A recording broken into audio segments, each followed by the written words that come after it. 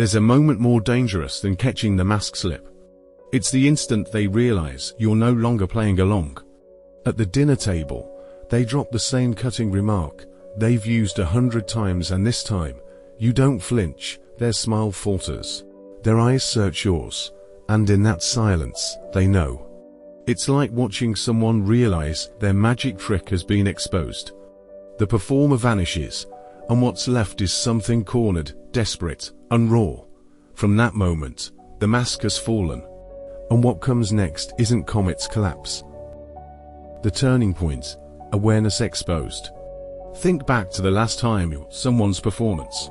Maybe it was a friend whose empathy felt rehearsed, a partner whose stories never quite aligned, or a family member whose charm switched on and off like a light. You couldn't name it, but your body knew. That was the first moment of recognition, when their mask cracked and the defenses erupted. But once those defenses fail, a new reality sets in. They know you know. And in that instant, the rules of the relationship change forever. Their entire survival system depended on you believing the illusion. When that belief dies, projection stops sticking. The shame, the envy, the rage they once shoved into you bounces back. It's like unplugging a power cord. The theater goes dark, the script no longer works. Suddenly, they're left on stage without an audience. Or better, it's like a mirror shattering. The reflection they depended on is gone, and all they're left with are shards too sharp to face. That's the turning point. It looks like collapse, but in truth it's a transfer of power. Jung's projection cycle. Carl Jung understood something crucial. The parts of ourselves we cannot face don't disappear. They get pushed outward, projected onto others. For most people, projection is temporary. You snap at someone for being arrogant, then later realize you were the one acting superior. You envy someone's success, then notice it's because you've been neglecting your own goals. With awareness, projection becomes a teacher. But for those trapped in narcissistic traits, projection isn't temporary, it's survival. The shame, envy, and inadequacy they cannot consciously hold must be offloaded onto you. That's why you've felt so heavy in their presence. Their insecurity became your self-doubt. Their chaos flooded your body as anxiety. Their rage lived in your silence. Their emptiness echoed in your exhaustion. Think of it like a psychological waste disposal system. Every unprocessed fragment of fear, envy, or shame got dumped into you. You became the landfill where their shadow lived, while they remained polished, untouchable, even admired. It's like smoke filling a room. You don't notice it until you open a window, and suddenly the air clears. And here lies the real danger for them. When projection fails, they lose the mirror that held their identity together. They're no longer safe from the parts of themselves they dread. And that collapse triggers the next shift, a struggle for power. The shift in power dynamic. Before awareness, the balance was simple. You carried their shadow. They stayed polished. You felt the weight of doubt, guilt, confusion. They enjoyed the freedom of appearing flawless.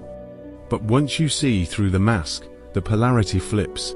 They no longer direct your reality, you do. And that transfer is something they cannot tolerate. 3 shifts always follow.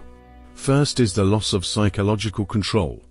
The tactics that once worked, gaslighting, guilt-tripping, charm, suddenly bounce off. You don't absorb the narrative anymore. Your silence grows heavier than their words. Second is the loss of social control. Smear campaigns, whispered stories, character assassinations, these used to land easily, but now, your clarity protects you. When you speak from grounded truth instead of defensiveness, their distortions lose power. The more they twist the story, the more obvious the performance becomes. And third, the most devastating, is the loss of internal control. With projection broken, the shadow rebounds onto them. The shame they spent years outsourcing returns home. And standing in that mirror, they feel exposed not just to you, but to themselves. For you, this can feel both liberating and terrifying. Liberating, because the 4 glyphs. Terrifying, Because the person who once scripted your reality is now scrambling, unpredictable, desperate to reclaim control. Here's the part almost no one talks about. When the narcissist knows you know, they don't just lose control over you, they lose control over themselves. The shadow they've spent years outsourcing suddenly rebounds. And when that happens, the chaos you feel isn't just their attack, it's their collapse. Their countermoves after exposure.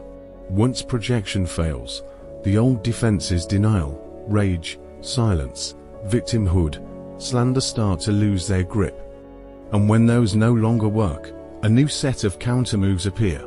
Jennifer's mother shifted from cold criticism to sudden warmth, concerned calls, thoughtful gifts, even half apologies.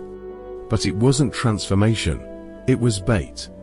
A mask auditioned just long enough to pull her daughter back in. Marcus's ex-partner whispered just enough doubt into clients' ears. He seemed stressed. I hope he's not taking on too much. Not outright lies, just crooked truths, twisted into weapons. And for some, escalation happens even in the most personal of moments. Imagine refusing to rearrange a wedding date, or setting a boundary at a family gathering suddenly. Relatives are calling, repeating the same script about how selfish you are, how much you've destroyed. The rage isn't about the event itself, it's about losing control. These aren't isolated tactics. They're the desperate scramble of someone trying to rewind a clock that cannot be turned back. And when those subtle tactics fail, escalation begins. Reputation warfare, seeding doubt among friends, family, colleagues. Triangulation, recruiting allies to pressure you, people who only know their side of the story.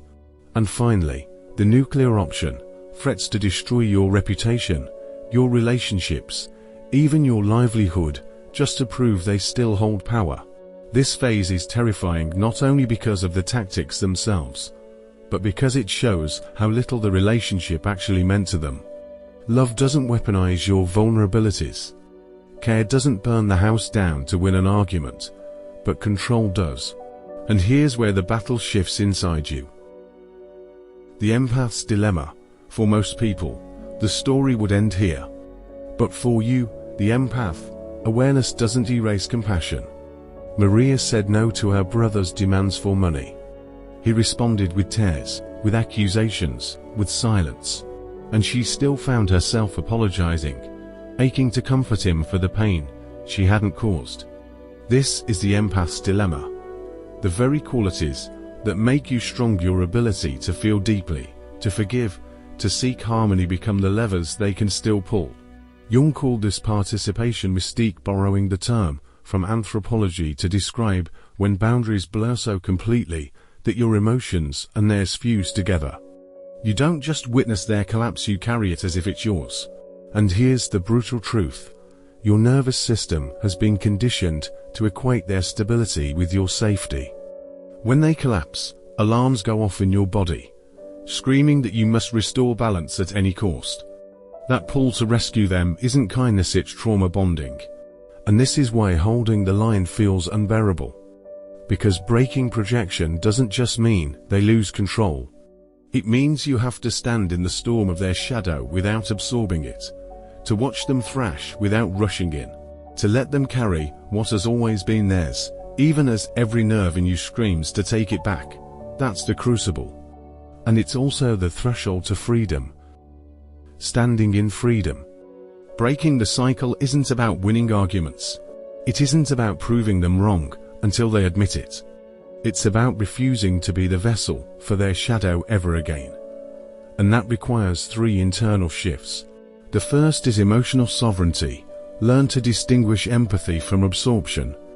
When the familiar pull to fix arises, pause and ask, whose feeling is this really? Place a hand on your chest, breathe, and notice how much of the weight was never yours. The second is narrative clarity. Guard your version of reality. Keep a private record of their words, not to weaponize, but to anchor yourself. Projection thrives in revisionist history. Clarity thrives in documentation. The third is boundary maintenance. Hold your limits without explanation. I'm not available for that. That doesn't work for me. No anger, no elaboration, no negotiation. Explanation is just another way of asking for permission. And as the pressure mounts, you'll need advanced strategies. An information diet. Reveal less of your life so they can't target your vulnerabilities. Emotional non-engagement. Resist the urge to soothe, defend, or explain, no matter the storm.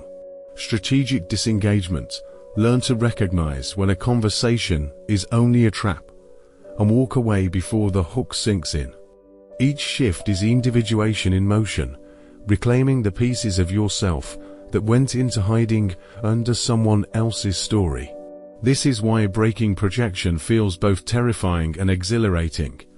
You lose the illusion of connection, but gain the reality of selfhood. You stop being a container for someone else's wounds and begin to live from the wholeness of your own. Freedom isn't loud. It doesn't need to prove itself. It's the quiet power of standing clear, untouchable, in a storm that no longer belongs to you. The liberation principle.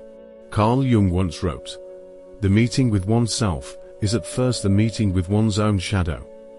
That's what this entire battle has been about. When the narcissist knows you know, they're forced into that meeting and they'll do anything to make you carry their shadow again. But liberation begins when you refuse, when you hand their burden back without guilt, when you stop confusing their psychological emergency with your responsibility, when you choose your clarity over their chaos, again and again. Because here's the truth, their loss of control is not your loss, it's your return. Every countermove, every smear, every silence becomes proof not of your weakness, but of your strength, the strength to remain immune to a cycle that once defined your reality. And this shift transforms more than just one relationship. Once you've broken projection here, you see it everywhere. You stop absorbing blame that isn't yours, shame that isn't yours, fear that isn't yours. So if you find yourself in that moment now when their eyes search yours and realize you know, remember, the Terry you see in them is not proof of cruelty. It's confirmation of the clarity you've found in yourself.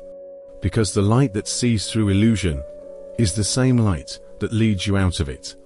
And the moment you protect that light, you don't just break their projection, you step into your life as it was always meant to be lived, clear, whole, authentically your own.